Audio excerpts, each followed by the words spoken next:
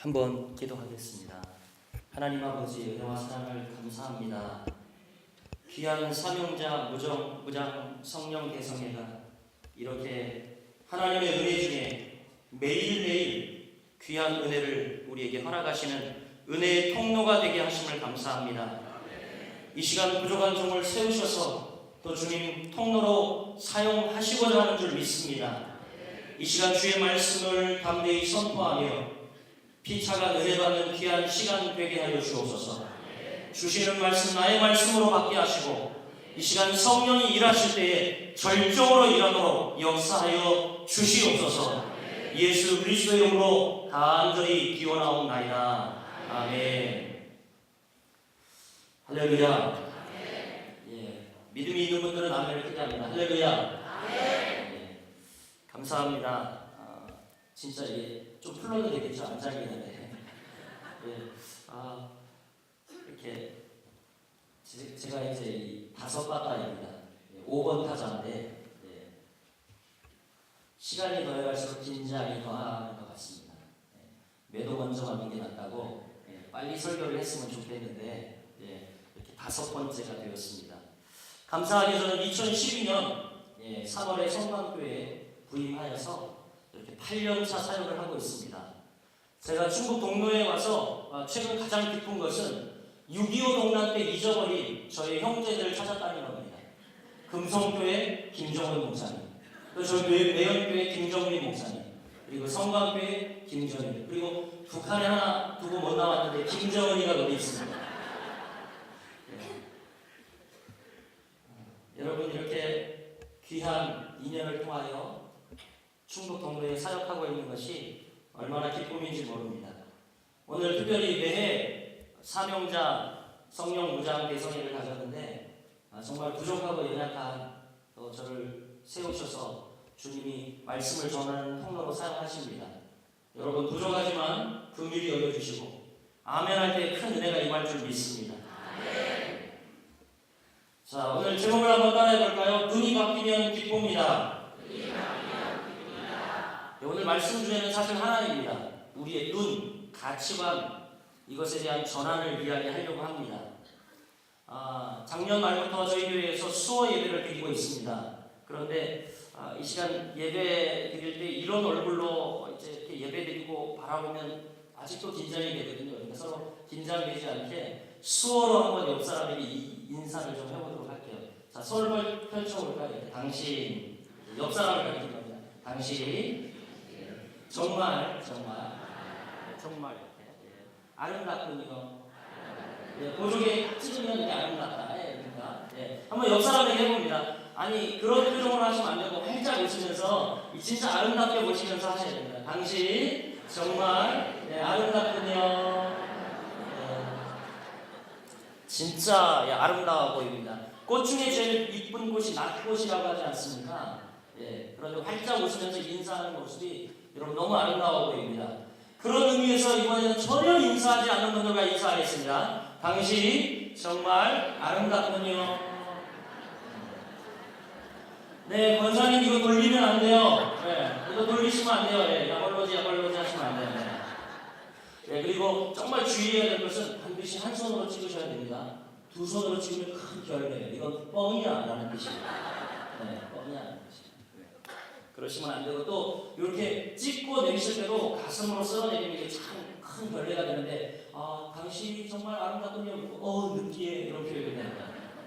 그러니까 그런 신뢰가 되지 않게 우리 옆에 정말 사랑스럽고 따뜻한 미소로 바라보시면서 당신 정말 아름답군요. 정말 아름답습니다. 여러분 사명자 성령 무장 대성회입니다. 그죠? 길인데 왜 이렇게 길까? 그런데 이 성회의 중심이 사명자라는 거죠. 그래서 계속해서 저도 지난 모든 집회를 참여하면서 우리 목사님들 한 분 한 분이 사명자란 무엇인가 정의하며 이렇게 이야기를 해줄 때 배 밑에서 노를 젓는 페페 테레스 또 여러 가지 원어를 이야기하시면서 그랬는데 제가 한자를 찾아봤죠. 그랬더니 사명자가 뭐냐? 심부름 사자에 목숨 명자. 주님의 심부름에 목숨 거는 게 사명자다라는 거죠. 할렐루야. 예, 축복합니다. 당신은 사명자입니다. 주님의 심부름에 목숨 겁시다. 할렐루야. 여러분, 우리가 보고 있는 이 본문의 말씀은 빌립보서입니다. 빌립보서는 굉장히 짧지만 4장으로 되어 있는 짧은 말씀이지만 여기에 가장 많이 등장하는 단어는 기쁨이라는 단어입니다. 기쁨. 무려 16회가 나오고 있죠. 그리고 당연히 그렇기 때문에 이 빌립보서의 주제는 많이 반복되고 있는 게 성경의 중심 단어예요. 그러니까 주제는 뭐겠습니까? 기쁨입니다. 기쁨. 그리고 또 이와 만만치 않게 더 많이 등장하고 있는 단어가 있는데 오늘 김정민 목사님도 설교하면서 이야기하시더라고요. 무슨 단어가 등장하냐면 in Christ, 예수 안에서, 그리스도 안에서 라고 하는 단어가 굉장히 많이 등장을 합니다. 즉 빌립보서를 함축하여 이야기하면 진정한 기쁨은 예수 그리스도 안에 있다. 이런 말씀이죠. 할렐루야. 여러분, 그렇습니다. 진정한 기쁨이 어디 있겠습니까? 우리 그리스도 예수 안에 있지 않겠습니까? 할렐루야. 여기 모인 우리들을 통상적으로 일컫는 말이 있는데 예수 믿는 사람들, 이렇게 이야기를 합니다. 그런데 누군가 우리에게 예수를 믿는 것이 무엇이냐 물으면 사실은 단순히 대답하기 쉽지 않습니다. 물어봤죠. 그랬더니 어떤 사람은 교회에 출석하는 거다, 어떤 사람은 병 고치고 복을 받는 거다, 어떤 사람은 구원을 얻는 것이다. 정말 다양한 대답을 합니다. 이런 대답에 대해서 우리는 평가를 하죠. 아유, 굉장히 소극적이네. 저건 너무 피상적 아니야? 아우, 저건 너무 기복적 아니야? 라고 이야기를 합니다. 그러나 여러분, 중요한 것은 사실 예수를 믿는다는 것은 이런 모든 요소를 다 내포하고 있음을 믿으시길 바랍니다. 할렐루야. 정말입니다. 그런데 그렇다면 정말 종합적으로 예수 믿는 게 뭐냐? 딱 한마디로 이야기한다면, 예수 믿는 사람들의 뚜렷한 특징이 무엇이냐? 딱 한마디로 이야기한다면 그게 뭘까요, 여러분? 그것은 우리의 가치관의 변화, 시각의 전환, 이렇게 이야기할 수 있겠죠. 우리의 속사람이 변하고 보는 눈이 날마다 달라지는 것, 이게 예수를 믿는 것이라는 겁니다. 여러분, 예수를 믿는다고 하면서 이전에 좋던 것이 아직도 좋은 것은 아직 우리 속사람이 바뀌지 않은 거죠. 그리고 우리의 가치관이, 우리의 눈이 변화되지 않았다라는 이야기입니다. 혹시 아직도 예수 믿는다고 하면서 세상에 이전에 좋던 것들 띄웃띄웃 하시는 분들 계십니까? 혹시 저 카바레 앞에? 혹시 보석상 앞에 날마다? 어떠신지 모르겠습니다. 그러므로 여러분, 사실 진정으로 예수를 믿는다는 것은 우리의 눈이 바꿔지는 겁니다. 그래서 우리 김영식 목사님도 저 세상의 가치를 뛰어넘으라, 가치관에 대해서 말씀을 하시는데 도전이 굉장히 되더라고요. 눈이 바꿔지는 거죠. 시각이 바꿔지는 것. 그래서 한번 따라해 볼게요. 기독교는 눈 바꾸는 운동이다. 눈을 바꾸는 운동입니다. 세상의 시각에서 어떻게 해요? 하나님의 시각으로 바뀌는 거죠. 즉 예수를 믿는다는 것은요, 세계관의 변화, 그리고 가치관의 중생을 이야기합니다. 이것이 이제껏 중요하다고 생각되었던 모든 것들이 중요하지 않구나 깨닫게 되어지죠. 그리고 어떤 것들은 가볍게 여겨왔는데 이게 굉장히 의미 있는 거구나, 우리의 눈이 바뀌어지는 겁니다. 여러분, 그렇습니다. 우리의 눈이 하나님 중심으로 바뀌어지면 엄청난 변화가 일어나죠. 우리의 눈이 그리스도적으로 바뀌어지면 엄청난 변화가 우리에게 일어납니다. 우리의 시각이 성경적으로 바뀌어지면 놀라운 여러분 권능이 우리 삶 가운데 임하죠. 그래서 여러분, 우리의 눈이 바뀌면 행동이 바뀝니다. 그렇지 않습니까? 눈이 바뀌면, 보는 눈이 바뀌면 행동이 바뀌어요. 그리고 보는 눈이 바뀌면 우리의 추구점이, 추구하던 추구 방향이, 추구점이 달라지게 됩니다. 그리고 또 더 놀랍게는 우리의 삶 전체가 바뀌게 되죠. 그래서 제가 오늘 찬양팀에게 특별히 부탁했는데 찬송가 412장을 꼭 불러달라고. 내가 예수 믿고서 죄사함 받아 나의 모든 것 다 변했네. 지금 내가 가는 길 천국길이요 주의 피로 내 죄가 씻겼네. 나의 모든 것 변하고 그 피로 구속받았네. 여러분 진짜 내가 예수 믿고 죄 사함 받고 완전히 변하는 거죠. 그래서 지금 내가 가는 길이 천국길이 되고 환경은 전혀 변하지 않았는데 천국길인 겁니다. 할렐루야. 이런 엄청난 변화가 우리에게 찾아옵니다. 사도 바울은 에베소서 1장 17절부터 19절 이렇게 말씀을 합니다. 여러분 잘 들으세요. 우리 주 예수 그리스도의 하나님 영광의 아버지께서 지혜와 계시의 영을 너희에게 주사 하나님을 알게 하시고 너희 마음 눈을 밝히사 그의 부르심의 소망이 무엇이며 성도 안에서 그 기업의 영광의 풍성이 무엇이며 그의 힘의 위력으로 역사하심을 따라 믿는 우리에게 베푸신 능력의 지극히 크심이 어떠한 것을 너희로 알게 하시기를 구하노라. 사도 바울이 에베소 교회 교인들을 향한 간절한 기도를 담고 있는데 그 기도의 핵심 내용이 뭐냐면 너희 마음 눈을 밝히사 그분의 부르심의 영광과 풍성함이 얼마나 큰지 너희가 볼 수 있었으면 좋겠다는 것이 사도 바울의 기도였습니다. 여기서 사도 바울이 간구하고 있는 기도의 핵심은 뭐냐면 이 에베소 성도들의 눈을 바꿔달라는 겁니다. 바꿀 수만 있다면 그들의 안구의식을 했으면 좋겠다는 거죠. 여러분 바울의 간구처럼 우리의 눈이 바뀌는 가치관의 중생이 있기를 주님의 이름으로 축복합니다.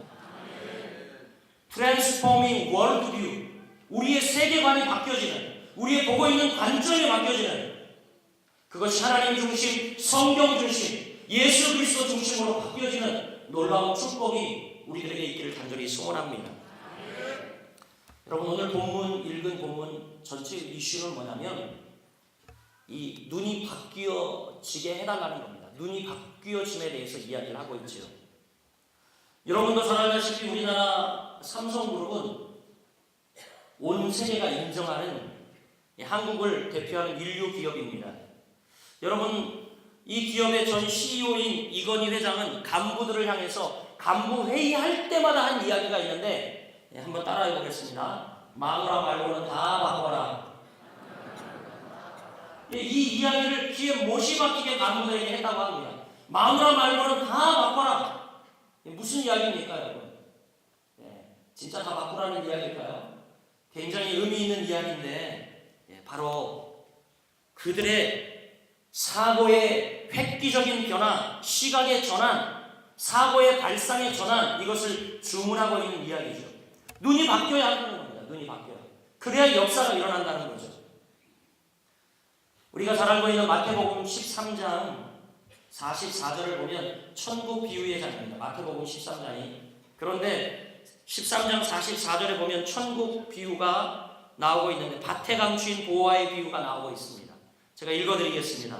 천국은 마치 밭에 감추인 보화와 같으니 사람이 이를 발견한 후 숨겨두고 기뻐하여 돌아가서 자기의 소유를 다 팔아 그 밭을 샀느니라.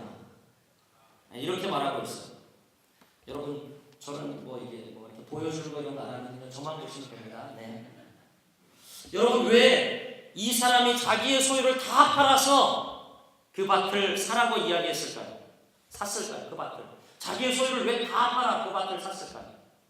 밭에 감추인 보화를 발견했기 때문이죠. 그러니까 자기 전 재산을 다 팔아 그 밭을 산 겁니다. 더 큰 가치의 것을 보았기 때문이죠. 이 모든 소유를 다 잃어도 그것만 있으면 난 기뻐하고 기뻐할 수 있노라라는 거죠.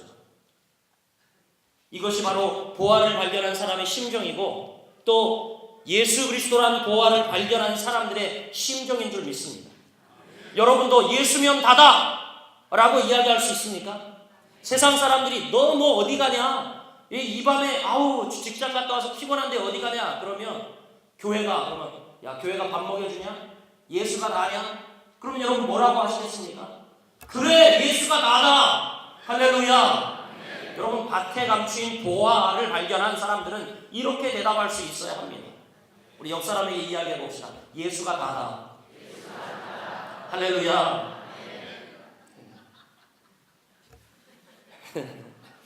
여러분, 그렇습니다.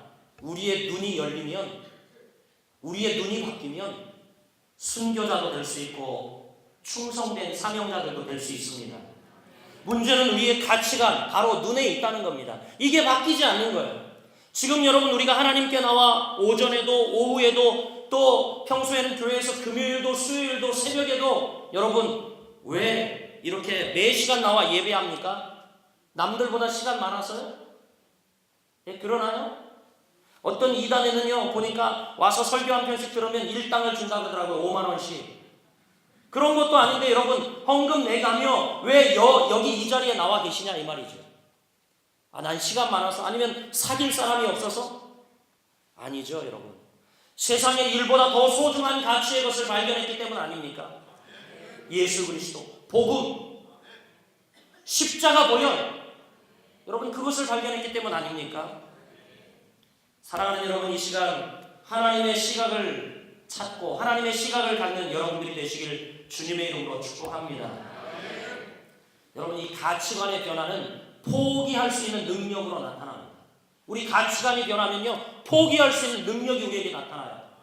예를 들어볼까요? 모세입니다. 모세가 소명 과정을 보면 그 소명 과정을 신약 히브리서에 기록을 하고 있는데, 히브리서 11장 24절부터 26절은 이렇게 모세의 소명 과정을 기록합니다. 믿음으로 모세는 장성하여 바로의 공주의 아들이라 칭함을 거절하고 도리어 하나님의 백성과 함께 고난받기를 잠시 죄악의 낙을 누리는 것보다 더 좋아하고 그리스도를 위하여 받는 능욕을 애굽의 모든 보화보다 더 큰 재물로 여겼으니 이는 상 주심을 바라봅니다. 할렐루야. 결국 이 말씀의 핵심이 뭡니까? 모세의 눈이 바뀌어졌다는 겁니다.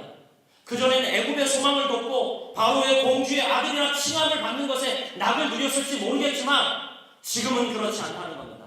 이 자기의 백성들과 함께 고난받고 그리고 고통받고 자기의 백성들과 함께 하는 것, 이것이 더 큰 낙이라고 이야기를 하고 있습니다. 그의 눈이 바뀌어지자 이제 완전히 여러분 추구점이 달라져 있습니다. 영화가 한창하지고 오히려 고난받는 것이 낙이다, 이렇게 오늘 여러분 말씀하고 있지 않습니까? 놀라운 일입니다. 여러분 예수 믿었는데 여러분 삶의 상황이 바뀌는가요? 아니요, 바뀌지 않아요. 어떤 분은 수십 년 기도했는데도 바뀌지 않는 겁니다. 어떤 한 분이 정말 남편 구원을 위해서 수십 년을 기도했는데도 남편이 돌아오지 않는 거예요.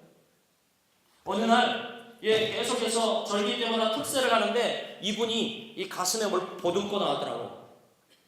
뽀시락 거려가지고 새벽마다 기도하는데 신경이 쓰여요. 그래서 권사님 그게 뭐예요? 신경 쓰입니다. 그랬더니 남편이 안 나오니까 남편 구두라도 안고 나왔다는 거예요. 비닐봉지에 남편 이 구두를 봉지에 싸가지고 나온 겁니다. 눈물로 기도하는 겁니다. 여러분 결국은요 남편이 돌아오셨어요. 할렐루야. 사랑하는 여러분, 예수님은 바리새인들을 향하여서 소경이라고 말했어요. 소경. 바리새인들은 다 앞을 못 보는 사람들이었나요? 아니죠. 그들의 육신적 눈이 앞을 못 봐서가 아닙니다. 그들은 하나님을 섬긴다 하면서 사람을 더 의식하고 그리고 또한 세상적 인기를 바라고 돈과 명예를 추구했기 때문에 그들을 향하여 예수님은 야 이 나쁜 놈들아 이렇게 이야기하기 전에 예수님이 신사적으로 말씀한 거예요. 소경이라고. 사랑하는 여러분, 우리의 모습은 혹시 아닌지 돌아보길 원합니다. 우리도 믿는다 하면서 세상적 인기와 바리새인들처럼 사람들의 눈을 더 의식하고 돈과 명예만을 추구하고 살아간다면 우리는 여전히 소경일지도 모른다는 거죠. 아직도 우리의 가치관이 중생하지 않는 그런 하나님의 자녀들일 수 있다는 거죠. 사랑하는 여러분, 이 시간 하나님의 은혜로 우리의 영적 눈이 활짝 띄어지기를 주님의 이름으로 축복합니다. 우리 옆 사람 한번 크게 눈을 뜨고 한번 보세요. 나 눈 떴니? 이제 오늘 본문 5절과 6절 말씀은 눈을 뜨기 전에 바울의 육신적 자랑거리를 열거하고 있습니다. 사도 바울은 오늘 본문에서 자기가 이제 가치관이 중생하기 전, 예수 그리스도를 만나기 전 그가 붙들었던 자기가 얼마나 잘난 사람이었는지 보라고 4절부터 피려가면서 5절, 6절 구체적으로 이야기하는데 4절 말씀에 이렇게 이야기합니다. 난 육체를 정말 신뢰할 만한 사람이다 라고 피력을 하죠. 4절 뭐라고 이야기합니까? 그러나 나도 육체를 신뢰할 만하며 만일 누구든지 다른 이가 육체를 신뢰할 것이 있는 줄로 생각하면 나는 더욱 그러하리니 라고 이야기하면서 구체적으로 이제 5절과 6절은요 바울의 자랑거리, 대표적인 자랑거리 7가지를 언급하고 있어요. 여러분 한번 5절 말씀을 보시죠. 5절 말씀 읽어봅니다. 시작. 나는 8일 만에 할례를 받고 이스라엘 자손이요 베냐민 지파요 히브리인 중에 히브리인이요 율법으로는 바리새인이요 무려 6절까지 다 했습니다. 시작. 열심으로는 교회를 박해하고 율법의 의로는 흠이 없는 자라. 여러분 이 짧은 두 구절에 바울은 자신의 육신의 자랑거리 7가지를 언급하고 있어요. 5절 제일 먼저 뭐라고 이야기합니까? 8일 만에 할례를 받았다라고 이야기합니다. 나는 중간 개종자가 아니라는 겁니다. 날 때부터 나는 모태신앙이다. 나는 이런 프라이드를 지금 내세우고 있는 거죠. 뿐만이 아니라 두 번째는 뭐라고 이야기합니까? 이스라엘 족속이다. 아니, 당연히 이스라엘 족속이지 그렇게 생각할지 모르겠지만 그렇지 않습니다. 여기서 말하는 이스라엘 족속이라고 하는 의미는 야곱이 얻은 이름이 뭡니까? 이스라엘이죠. 그렇죠. 야곱의 12아들이 이제 택한 하나님의 족속이 되었습니다. 그래서 여기서 말하는 이 이스라엘이다. 이 일컫는 이 말씀은 나는 하나님의 축복을 받은 백성이다 라는 그런 자랑거리를 이야기하고 있는 겁니다. 또 여러분 그 다음에 뭘 자랑합니까? 난 베냐민 지파다 자랑합니다. 베냐민 지파는요 명문 지파였습니다. 이스라엘 최초의 왕을 되었고 남북 이스라엘이 나뉘었을 때 남유다, 베냐민 이렇게 두 지파는 남유다로 북 10지파는 아수르 공격에 의해서 피가 섞이는 그런 여러분 불경건하게 여겨지는 그래서 지금 나는 베냐민 지파다 가문의 자랑이요 피의 순수성을 자랑하고 있는 겁니다. 그 다음에 여러분 또 네 번째 뭘 자랑하죠? 히브리인 중에 히브리인이다. 잘 알다시피 당시는 이제 로마의 제국의 압제하에 모든 그리스도인들이 세계 각국으로 흩어졌습니다. 핍박으로 다 흩어져 살았죠. 그들을 뭐라고 이야기합니까? 디아스포라라고 하죠. 그래서 흩어져 살다가 1세대, 2세대 지나다 보면 여러분 이제 우리도 이민 가서요 1세대, 2세대 지나고 3세대 가면 한국말 다 까먹어 버립니다. 그렇죠? 다 까먹어 버리죠. 그런데 지금 바울은 모국어를 잘 구사하고 사용하고 있는 난 정통 히브리인입니다. 히브리인 중에 히브리인이다 라고 이야기를 하는 겁니다. 제가 이렇게 홍대 부근에 사무실이 있어서 가끔 이제 어학당, 연세어학당 이런데 가면요 외국 학생들이 와서 한국말을 많이 배웁니다.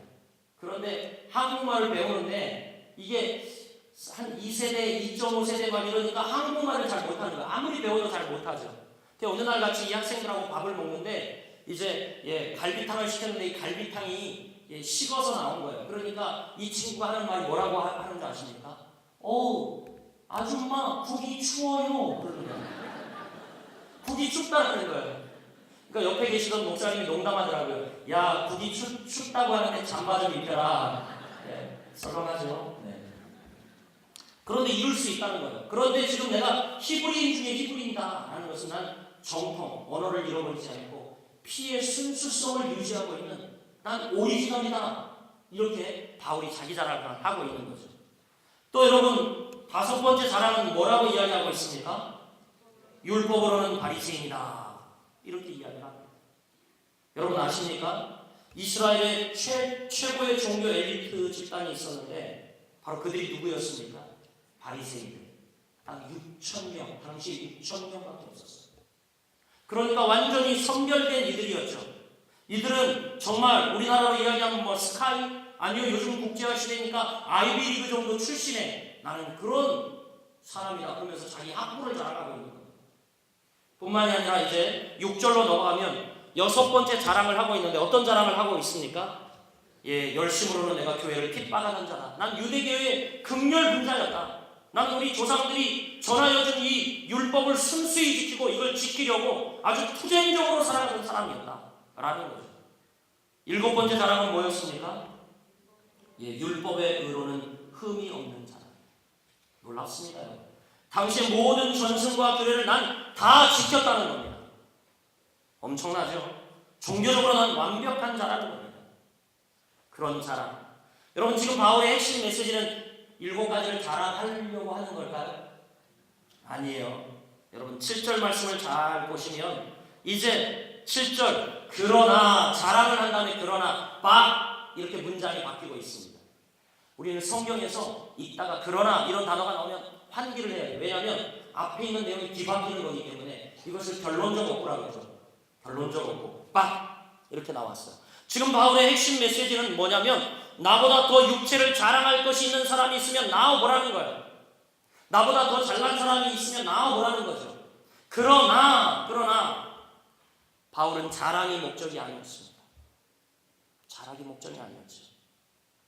7절과 8절 이런 것을 의지하고 이런 것을 붙들었던 바울의 당혹감을 이야기하고 있습니다. 내가 전에 이것에 매여 살았고 내 가치관이 이거였고 이것을 내가 바라보고 달려왔는데 이게 아니라는 겁니다. 그러나 당혹감을 기록하죠. 7절, 8절 우리 같이 읽어보기를 원합니다. 시작. 그러나 무엇이든지 내게 유익하던 것을 내가 그리스도를 위하여 다 해로 여길 뿐더러 또한 모든 것을 해로 여김은 내 주 그리스도 예수를 아는 지식이 가장 고상하기 때문이라. 내가 그를 위하여 모든 것을 잃어버리고 배설물로 여기는 그리스도를 얻고. 아멘. 할렐루야. 그렇습니다. 7절에 보니까 무엇이든지 내게 유익하던 것을 그리스도를 위하여 다 해로 여긴다고 바울은 고백하고 있죠. 그의 추구하던 가치관, 삶이 완전히 바뀌었다는 겁니다. 바울은 이런 것들은 그들의 삶 가운데, 그의 삶 가운데 하나님이 인정하는 것이었나? 아니었다라는 거예요. 내가 이전에 붙들던 것, 내가 이전에 지켜왔던 그 구전들, 이런 것들 하나님이 인정하는 것이었냐? 아니라는 거죠. 여러분 이럴 때 찾아오는 게 뭡니까? 당혹감인 거예요. 당혹감. 여러분 그렇잖아요. 제가 분당에서 사역하면서 보니까 많은 분들이 굉장히 노년에 예수를 믿고 돌아오시더라고요. 그런데 이분들이 다 뭐라고 이야기하는지 아십니까? 목사님, 그동안 내가 진리로 알고 그게 다라고 생각하고 달려왔던 것들이 다 아니라는 거예요. 예수를 만난 이후에 그들이 당혹감을 고백합니다.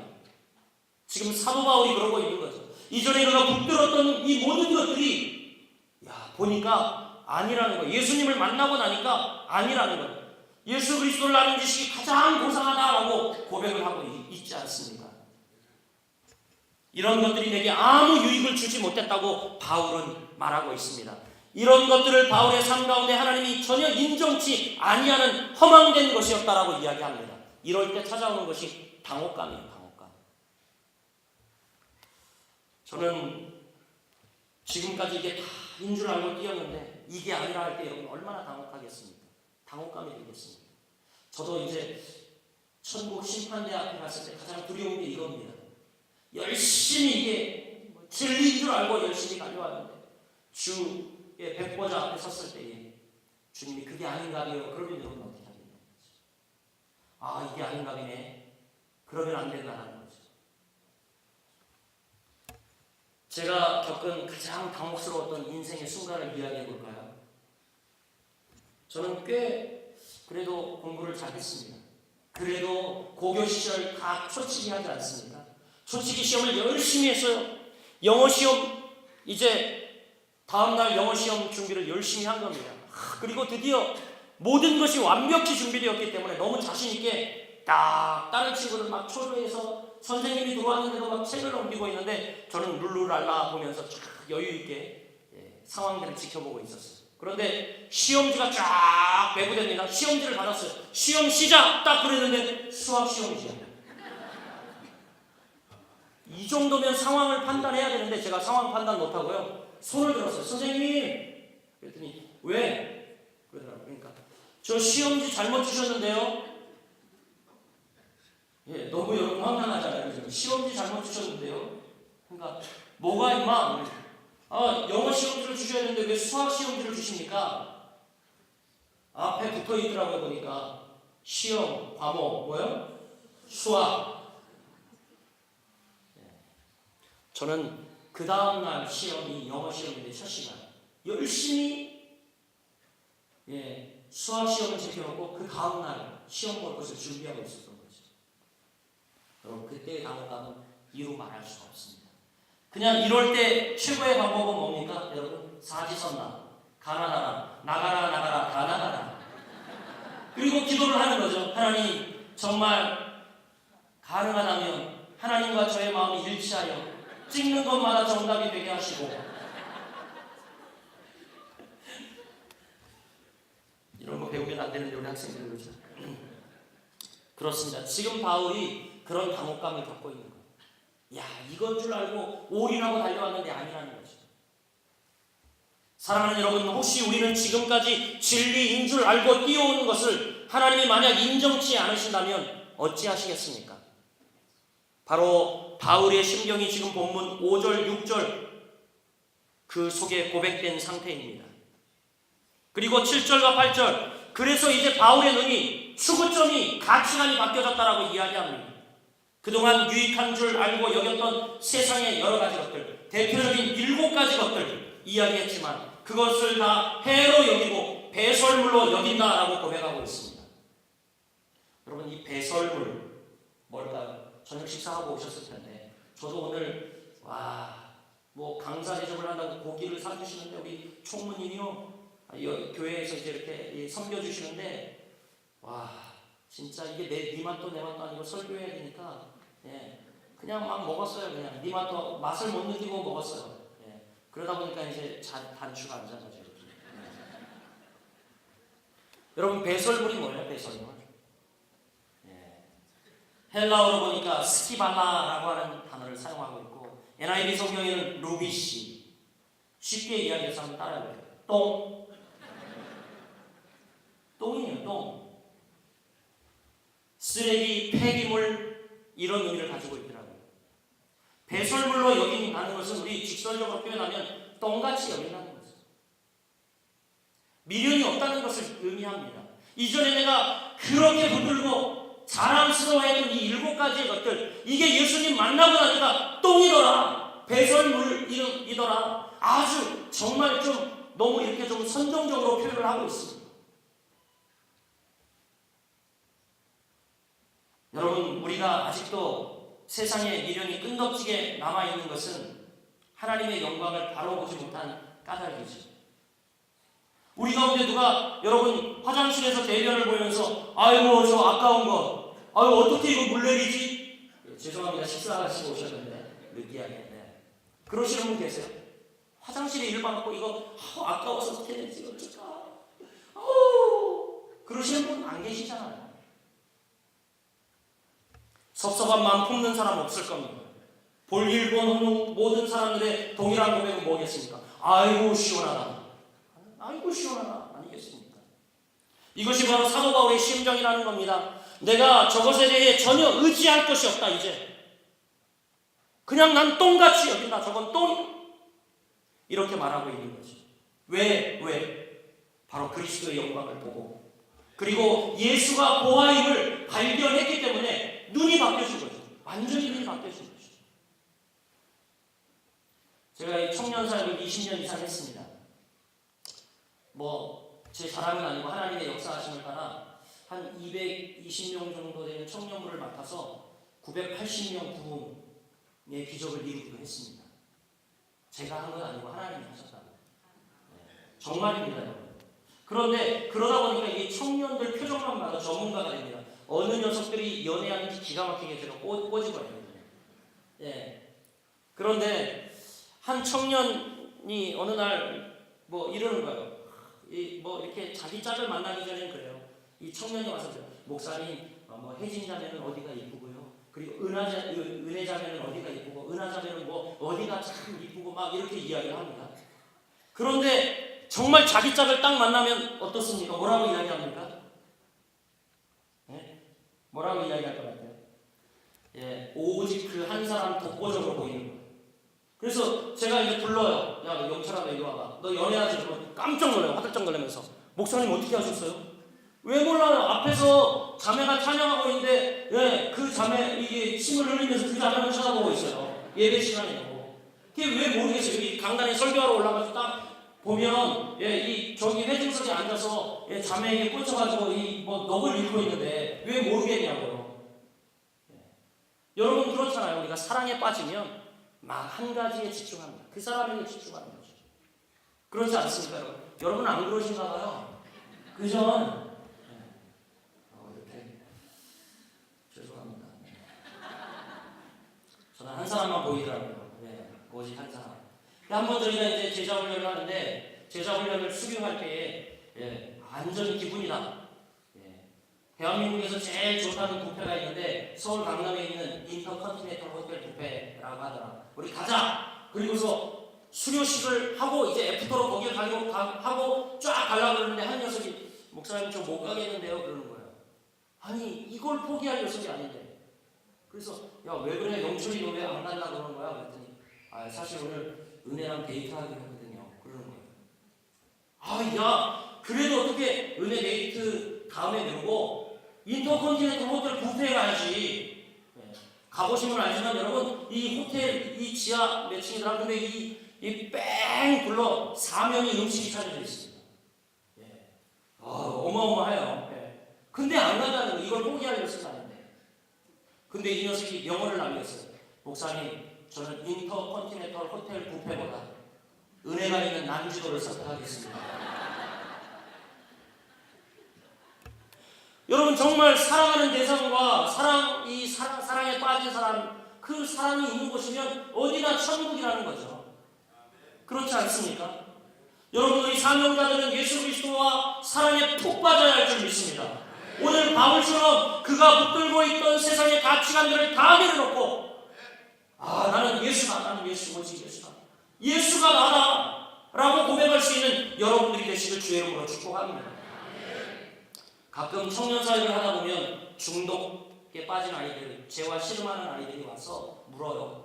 목사님 이것을 어떻게 이길 수 있을까요? 제가 음란에 빠졌는데 음란 중독, 오라, 사이버, 또 혹은 알코올, 혹은 이 흡연, 이런 중독에 빠졌는데 이거 어떻게 멀리할 수 있을까요?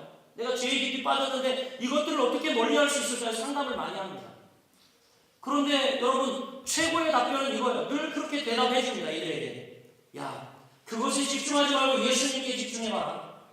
예수님의 사랑에 푹 빠져버리면 이것들은 보이지 않는다. 자동 끊어진다.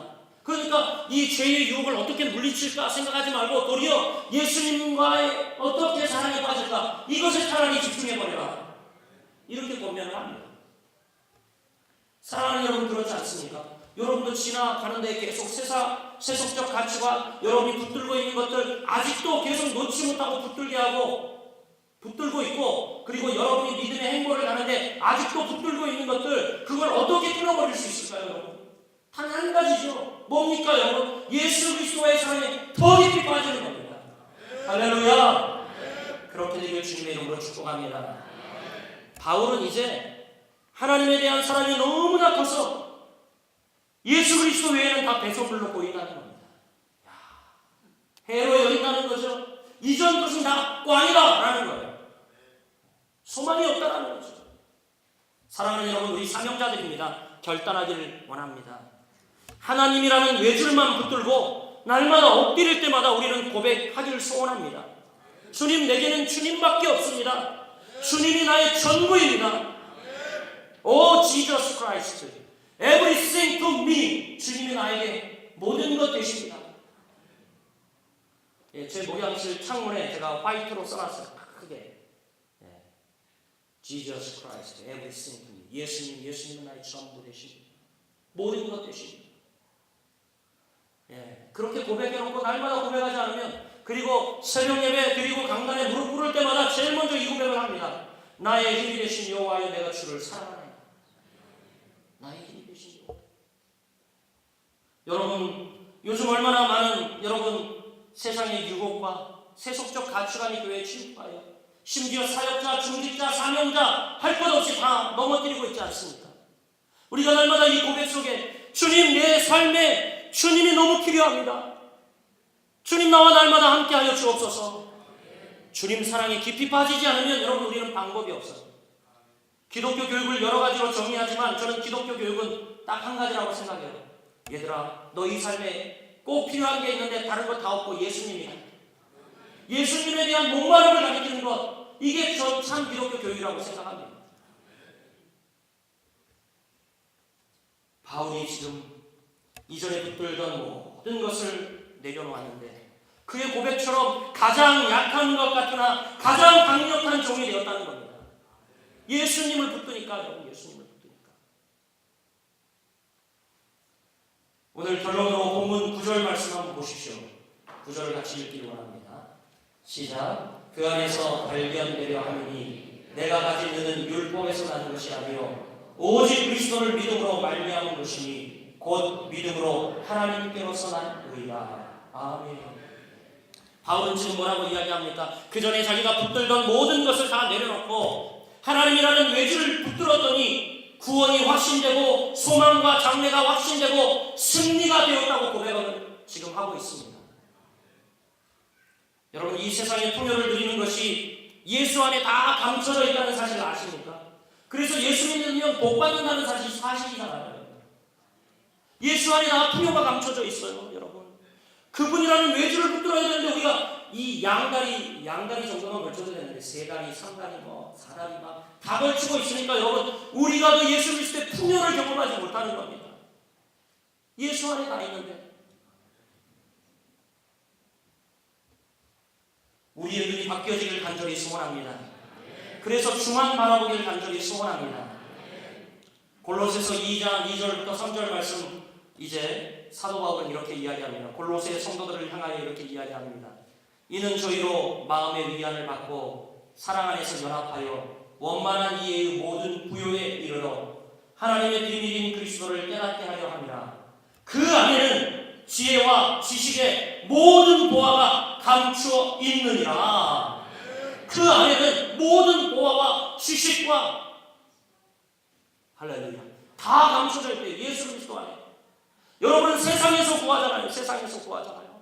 입신, 양명, 출세, 돈 버는 거 여러분 세상에서 다 구하고 있잖아요. 예수 안에 다 감춰져 있다고 사도 바울은 골로새 성도를 향하여 이야기합니다. 여러분, 우리가 추구하고 있는 모든 것이 예수 안에 다 감춰져 있어요. 문제 해결이 예수 안에 있습니다. 건강, 사업, 여러분 다 예수 안에 있어요. 여러분 정말 우리의 눈이 바뀌어 새 사람으로 변화되고 싶습니까? 예수 그리스도 안에 일체의 능력이 있습니다. 승리를 원하십니까? 예수 그리스도 안에 있습니다. 여러분. 이 말씀 드리고 이제 말씀을 맺으면서 함께 기도하기를 원합니다. 목회자의 가정에서 태어나서 작은 목사로 불리었던 눈이 바뀌어지지 않았던 한 철학자가 있습니다. 그 이름 실존주의 철학자 니체입니다. 여러분 잘 알다시피 그는 뭐라고 이야기했냐면 하나님은 죽었다라고 이야기했어요. 하나님은 죽었다. God is dead. 당시 사회에 엄청난 충격을 주었습니다. 하나님이 죽었다 외쳤어요. 니체의 아버지 목사, 할아버지 목사, 그 외할아버지도 목사였어요. 니체는 어려서 작은 목사로 불리었습니다. 믿음이 좋았죠. 20살에 가서 이제 20살에 독일의 유명한 본 대학에 들어갔습니다. 그리고 거기서 쇼펜하우어를 만나 여러분 바로 불신자가 된 겁니다. 무신론에 빠졌어요. 정말 당시 자유주의가 절정에 달했던 그 시대 다른 이들은 그래도 신이 없다라는 이야기를 하지 않았어요. 그런데 니체는 그가 광인이라는 남긴 글을 통해 강력하게 하나님은 죽었다라고 선포했어요. 제가 그 글귀를 좀 읽어드리려고 합니다. 니체가 쓴 광인이라는 글의 일부입니다. 한 미친 사람이 대낮에 등불을 들고 다닙니다. 끊임없이 소리를 지릅니다. 하나님을 찾습니다. 하나님을 찾습니다. 주위의 불신자들이 비웃고 둘러섰습니다. 아니, 하나님이 애들처럼 길을 잃었나? 화장실 가서 숨었나? 이민 갔나? 관인이 이야기합니다. 하나님이 어디 있냐고 말해줄까? 소리를 지릅니다. 우리가 죽였다. 내 놈들과 내가. 우리 모두가 바로 그 살인자들이다. 어떻게 그 일을 했을까? 어떻게 바닷물을 마시고 지평선을 지었던가? 어떻게 지구를 태양으로부터 끊어냈던가? 우리가 어디로 가고 있는가? 저기 하나님을 파묻는 자들의 삽질 소리가 들리지 않느냐? 하나님도 썩는다. 하나님은 죽었다. 마지막 문장이 God is dead. 이 글을 접한 많은 목회자들과 종교인들, 믿음의 사람들이 여러분 흥분했습니다. 그의 광기에 눌려 아무 말 못하고 있다가 흥분을 했어요. 아니, 어떻게 그렇게 네가 하나님을 모욕할 수 있느냐? 니체에게 따지고 묻자 니체가 이렇게 이야기합니다. 당시의 교회들을 가리키며 이렇게 이야기하는 거죠. 이제 이것들이 하나님의 무덤이 아니냐? 여러분, 저는 이 날이 가장 기독교의 수치의 날이라고 생각이 되어집니다. 니체가 하나님이 죽었다고 변증한 증거를 든 그 증거가 바로 교회였다라는 사실입니다. 교회. 여기를 와서 봐라, 여기 하나님이 있냐? 죽었지? 라고 니체는 교회를 들어 하나님이 죽었다라고 이야기했어요. 사랑하는 여러분, 죽어버린 교회, 생명력을 잃어버린 교회, 하나님의 사명자들이 죽어있고 하나님의 역사와 증거를 나타내지 않고 복음을 전하지 않고 화석화된 신앙을 가지고 있는 당시 교회의 모습을 들어 니체는 하나님은 죽었다라고 이야기했어요. 여러분, 우리가 돌아보길 원합니다. 어쩌면 지금 저는 한국교회가 눈이 바뀌지 않으면, 교회의 본질적 사명에 충실하지 않으면 현대의 이런 비극이 또다시 시작된다고 생각이 되어집니다. 그리고 많은 이들이 이 비극이 벌써 시작되었다라고 이야기를 합니다. 여러분, 그러나 또 돌아보면 제가 바로 그 죄인 중에 괴수였고, 그리고 제가 바로 눈이 바뀌어지지 않은 저의 탓임을 고백합니다. 그러나 여러분, 우리는 소망을 가집시다.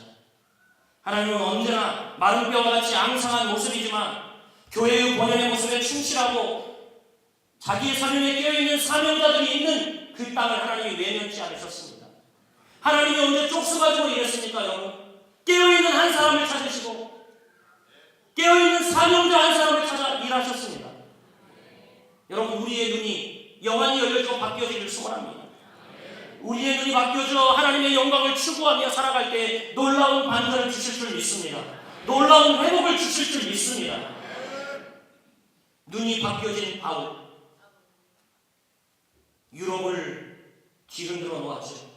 눈이 잘못 바뀐 니체, 그도 유럽을 뒤흔들어 놓았습니다. 똑같이 유럽을 뒤흔들어 놓았지만 선한 영향력, 그리고 하나님의 영광을 가리는, 여러분, 이렇게 다른 도구로 사용되어질 수 있다는 겁니다. 우리의 올바른 하나님이 주신 세계관으로 우리의 눈이 바뀌어지길 소원합니다. 그러면 우리의 삶이 달라지고 교회가 달라지고 한국 교회가 달라지고 나라가 달라질 줄 믿습니다.